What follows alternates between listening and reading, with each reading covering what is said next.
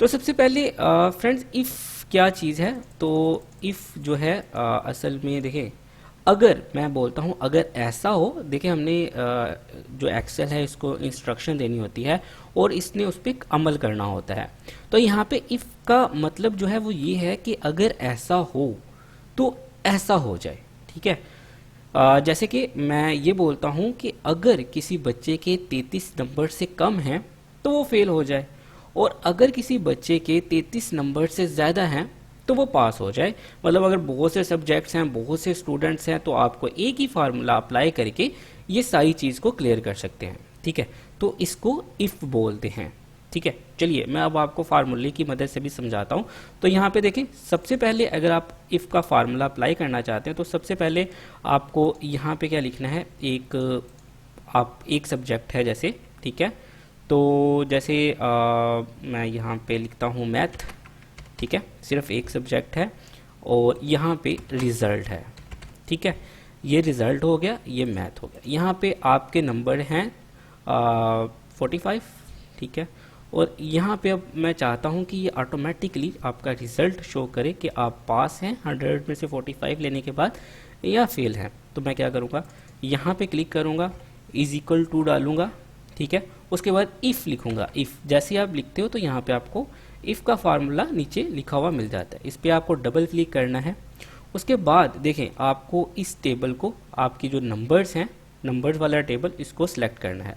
तो इसके बारे में मैं बता चुका हूँ कि ये क्यू, ठीक है, कॉलम, और यहाँ से 14 नंबर रो, मतलब आपकी बॉक्स कहाँ पे है इसको शो करता है ये।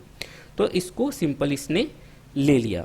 अब यहाँ पे अगर बड़ा हो तो, ठीक है, अगर बड़ा हो तो यहाँ पे इस चीज़ को आपने समझना है। अगर बड़ा हो तो बराबर होगा, बराबर है 33 के।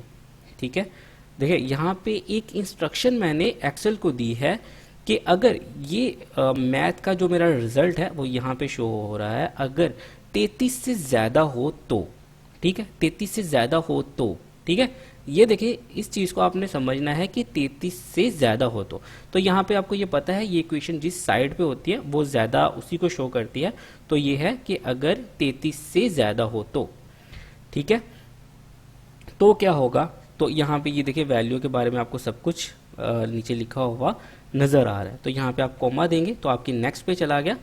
तो वैल्यू इफ़ ट्रू, मतलब अगर आपकी वैल्यू ठीक है तो क्या होगा, तो वो बच्चा पास हो जाएगा। तो यहाँ पे देखें, हम बड़े में लिखते हैं, ठीक है, इन्वर्टेड कॉमाज में इसको आपने हमेशा लिखना है, और फिर जो है वो लास्ट पे भी कॉमा। उसके बाद आप नीचे कॉमा डालेंगे तो ये क्लोज हो जाएगी, आपकी नेक्स्ट जो है वो हो जाएगी। ठीक है, फिर अगर वैल्यू ट्रू नहीं होती तो फिर फेल हो जाएगा। ठीक है, इनको भी आप इन्वर्टेड कॉमास में लिखेंगे। ओके, और अगर आप इंटर करेंगे तो ये देखें, मैंने क्योंकि 33 नंबर लिखे हैं तो ये इस टाइम पे पास है।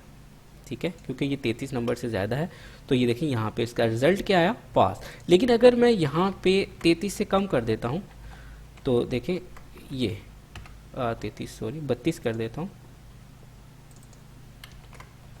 तो ये देखें ये ऑटोमेटिकली फेल हो गया। जैसे ही इसके 32 से ज़्यादा नंबर होंगे, 33 हो जाएंगे तो ये पास। ठीक है, चाहे फिर 90 रहें, जितने मर्जी रहें, ठीक है, ये पास ही रहेगा। लेकिन जैसे ही इसके इससे कम होंगे तो ये फेल हो जाएगा।